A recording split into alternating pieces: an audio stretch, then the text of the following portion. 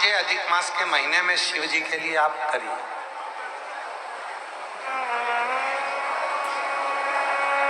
तीन वर्ष में एक बार अधिक मास आता है, पुरुषोत्तम मास आता है। हम पूरी पहले नंबर का शिव जी को एक लोटा जल सुबह से लेकर शाम तक के बीच में कभी भी चढ़ाना जरूर है। दूसरा, शंकर जी के मंदिर में या बेलपत्री के नीचे या तुलसी के क्यारे के पास में एक दीपक अवश्य लगाएं। चाहे सुबह लगाएं चाहे शाम को लगाएं, तुम्हारी मर्जी पड़े तब।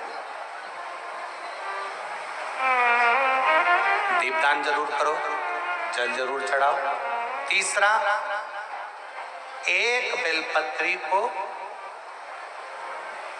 रख लें और उसी बेलपत्र को पहले दिन से लेकर 17 मई से लेकर अधिक मास के पहले दिन से लेकर अधिक मास के आखिरी दिन तक 15 जून तक एक ही बेलपत्र को एक कागज में या किताब में उसको रख लें।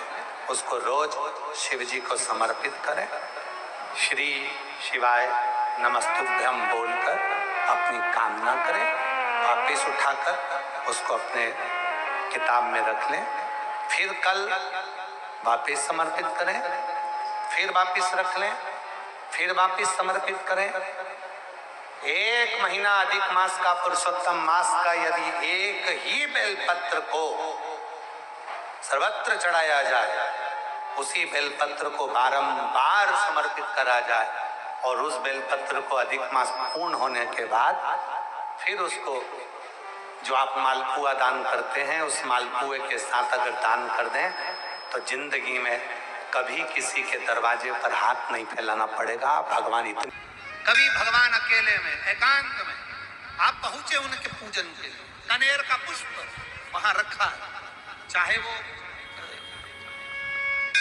जलाधारी पर रखा हो, चाहे वो शिवलिंग के पास में रखा हो, शिवलिंग पर रखा हो, उस कनेर के पुष्प को अगर आप 5 जगह का स्पर्श कराकर अपने हृदय की बात कहकर वापिस महादेव को समर्पित कर देते हो तो भी मेरा महादेव तुम्हारे दुख का निवारण कर देगा।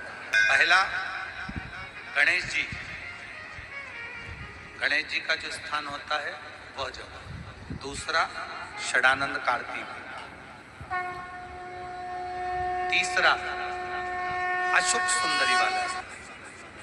चौथा, जलाधारी जो ऊपर से बूंद बूंद जल नीचे गिरा रही है, जया, विषहरा, श्यामली बारी, दौतली, देव, शंकर जी की 5 बेटियों का। और 5वें नंबर का है शंकर भगवान के, जो कैसे वर्णन किया जाए, त्रिशूल के 3 भाग होते हैं। करें दर्शन। जैसे सामने त्रिशूल लगा है, इस त्रिशूल के ऊपर देखेंगे तो 3 भाग दिख रहे हैं। नजर आ रहे हैं सबको? त्रिशूल का जो 3 भाग होता है, उस 3 भाग का जहां ज्वाइंट होता है, जहां मिलता है, एक जगह पर देखो तीनों भाग एक जगह पर मिले हुए, 3 भाग का जहां मिलन होता है, पंचम स्थान, ये 5वां स्थान, यहाँ पर स्पर्श कराकर शिवलिंग पर अपनी कामना कर कर श्री शिवाय नमस्तुभ्यम कहकर बाबा से अपने मन की बात कहकर जो समर्पित कर देता है, हम 3 महीना भी नहीं कहेंगे, हम तो कहेंगे अगर ज्यादा दुख है 3 दिन इंतजार करना, मेरा बाबा उस दुख को मिटाएगा। गंगा का मतलब जानते हो आप? केवल गंगा जी का नाम ले लेने से, एक लोटा जल शंकर भगवान को आज समर्पित कर देने से, या गंगा जल का एक जरा सा छींटा शरीर पर पड़ जाने से 10 पापों से मुक्ति मिल जाती है। दशहरा का मतलब 10 पाप से मुक्त। कुछ तिथियां होती हैं जिन तिथियों में अगर आप रोज गंगा का जल शंकर को नहीं चढ़ा सकते तो शिव महापुराण कथा कहती है, स्कंद पुराण कहती है, विष्णु पुराण कहती है, गर्ग संहिता कहती है, गीता पुरुष गोरखपुर का कल्याण का गंगा अंक कहता है।